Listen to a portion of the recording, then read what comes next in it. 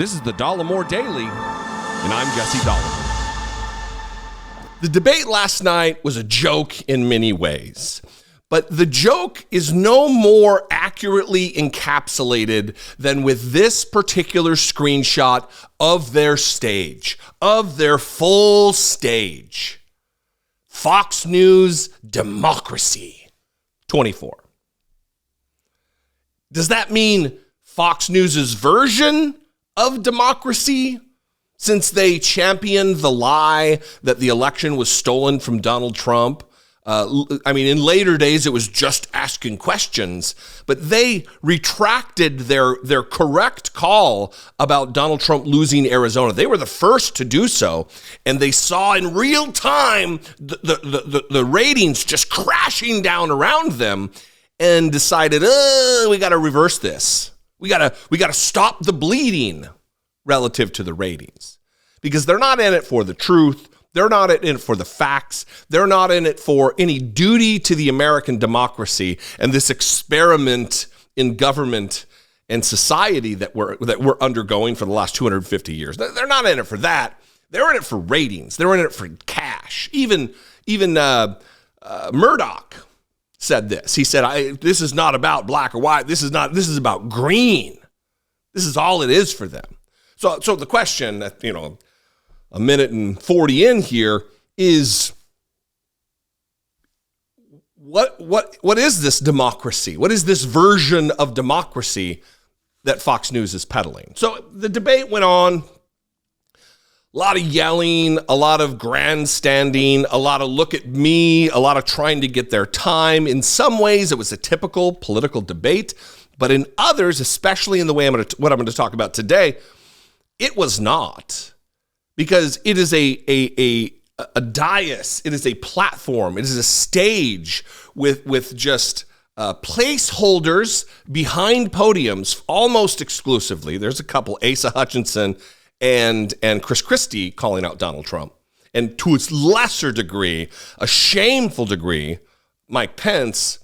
But it's a lot of people running for vice president. It's a lot of people vying for Donald Trump's attention, for him to pick them to be his running mate. That's just what it is. But there's this moment where Christie he's had enough. He's tired of it. And he wants to call out Donald Trump. And then I'm going to play a clip where the moderators ask for hands. If Donald Trump is convicted of these crimes in one of these events, in one of these indictments, if he's convicted, if he's facing legal consequences, real conviction, will you still vote for him to be the nominee? And you'll be shocked. Well, maybe you won't be shocked. I was just disgusted by what I saw. But first, here's Christie really laying out the rules of the road here. This is Christie talking about Donald Trump and having the audience turn against him, which is and should signal to you exactly how bereft it's a clearinghouse of assholery. This is Republican Party telling you who they are, and we absolutely need to believe them, because they're booing Christie for saying it's unpresidential Donald Trump. Watch this. Look, here's the bottom line. Someone's got to stop normalizing this conduct. Okay? Now, whether or not you believe that the criminal charges are right or wrong, the conduct is beneath the office of President of the United States.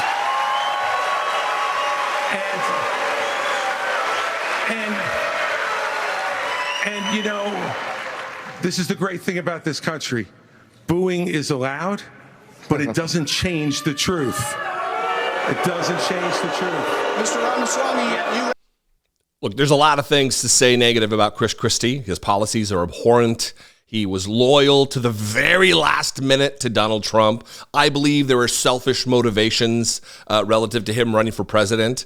I don't believe there is some altruistic cause that he's finally seen the light. He's known Donald Trump for decades, longer than any of us, absolutely. He knows, and he was still there for it.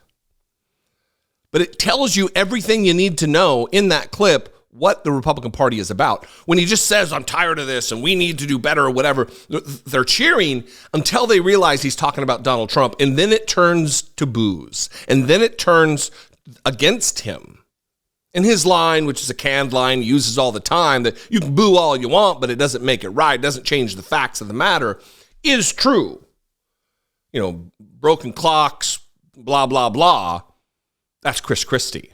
He is correct. It was a rough road getting here, Chris. But here's that moment I promised, where the debate moderators, Brett Baer and Martha McCallum, just two other, they're the straight news people on Fox News. Come on.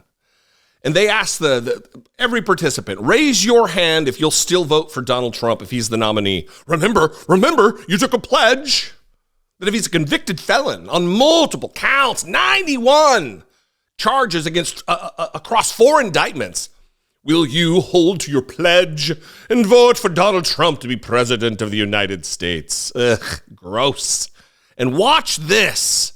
Watch the number from screen right to left, all the people who raised their hands, and there was one that I was actually a little bit surprised about. But we are going to take a brief moment and talk about the elephant not in the room. Former President Trump has been indicted in 4 different states on 91 counts. He will be processed tomorrow in Georgia at the Fulton County Jail for charges relating to the 2020 election loss. You all signed a pledge to support the eventual Republican nominee. If former President Trump is convicted in a court of law, would you still support him as your party's choice? Please raise your hand if you would.